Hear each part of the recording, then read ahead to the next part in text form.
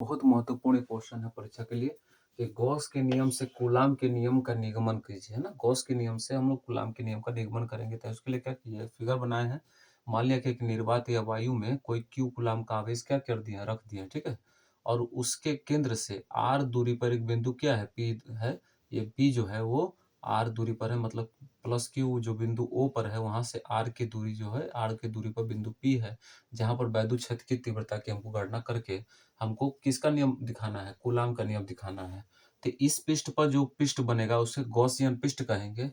तो गॉसियन पृष्ठ पर अगर फ्लक्स गुजरते हैं तो उस दशा में फ्लक्स का सूत्र क्या होता है, तो फाई ई इक्वल टू होता है, जो हमने कहा उसको हिंदी में लिख लीजिए। कैसे लिखेंगे, माना कोई प्लस क्यू आवेश का कोई कूलाम का आवेश जो है किसी निर्वात अथवा वायु में क्या हुआ, रखा हुआ है, जो बिंदु ओ से दर्शाया गया है, ठीक है ना। बिंदु ओ पर प्लस क्यू आवेश है, इससे आर दूरी पर एक बिंदु पी स्थित है जिस पर गॉसीय पृष्ठ बना हुआ है। गॉसियन पृष्ठ पर वैद्युत क्षेत्र ई की क्या करनी है, हमको गणना करनी है, जिसके द्वारा कूलाम के नियम का निगमन होगा। तो उस गॉसियन पृष्ठ पर जो फ्लक्स गुजरेंगे उस फ्लक्स का वैल्यू हम निकालेंगे ई ए से।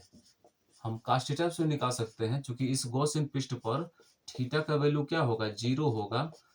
cos थीटा डिग्री, डिग्री का वैल्यू क्या रखें, थीटा बराबर क्या रख देंगे, 0 डिग्री। तो cos 0 का मान क्या होगा हमारा, 1 होता है। तो फाई बराबर क्या मिलेगा हमारा, ई ए। अब जो गॉसियन पृष्ठ है वो कैसे आकृति का है, एक गोल की आकृति का, कणाकार आकृति का है। तो कणाकार आकृति में पृष्ठ का क्षेत्रफल का फॉर्मूला होता है, इसी को आगे हम बढ़ा देंगे, E into 4 pi R square. और पढ़े होंगे मेंसुरेशन वगैरह में कि गोल पृष्ठ का जो वक्र पृष्ठ क्षेत्रफल होता है वो 4 पाई आर स्क्वायर से दर्शाते हैं। इसको समीकरण क्या बना लेंगे हम लोग, फर्स्ट बना लेंगे, ठीक है। और उसके हम लोग जानते हैं क्या, गॉस का नियम। तो गॉस का नियम क्या होता है, गाउस या गॉस का नियम, तो वो भी लिख दीजिएगा, गॉस का नियम। तो गॉस का नियम होता है phi E equal to Q by epsilon naught. इसको समीकरण क्या बना लेंगे, सेकंड। अब समीकरण 1 और 2 को देखिए क्या दिख रहा है, दोनों का एलएचएस क्या है, बराबर है। तो गणित बोलता है कि यदि दो पक्षीय सवाल हो और एलएचएस बराबर हो तो दोनों का आरएचएस बराबर लिख सकते हैं। मतलब समीकरण किस से, 1 व 2 से। देखो कैसे परीक्षा में सॉल्व करना है बढ़िया से, ये बहुत महत्वपूर्ण सवाल है परीक्षा के लिए। एलएचएस बराबर तो आरएचएस बराबर, मतलब E into 4 pi R square बराबर क्यू बाई एप्सिलॉन नॉट। यहाँ से ई का वैल्यू निकालेंगे तो ये आकर इसमें इंटू करा देगा, यानी Q by 4 pi R square epsilon not.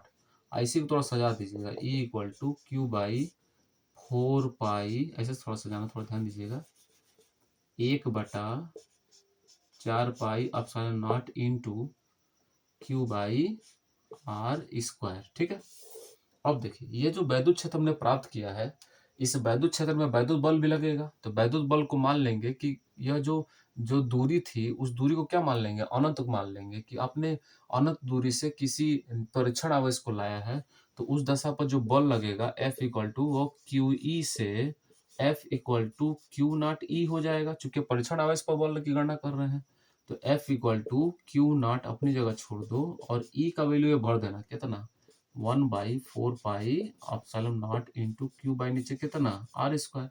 अतः सजा लीजिएगा तो 1/4 पाई एप्सिलॉन नॉट ये वाला, और क्यू नॉट एक जगह लिख देना, और नीचे बाई आर स्क्वायर। यही है कूलाम के नियम का निगमन, जिसका प्रयोग हमने गॉस के नियम से ज्ञात किया है। तो इसका निगम बढ़िया से याद कर लीजिएगा परीक्षा के लिए, ये बहुत महत्वपूर्ण है।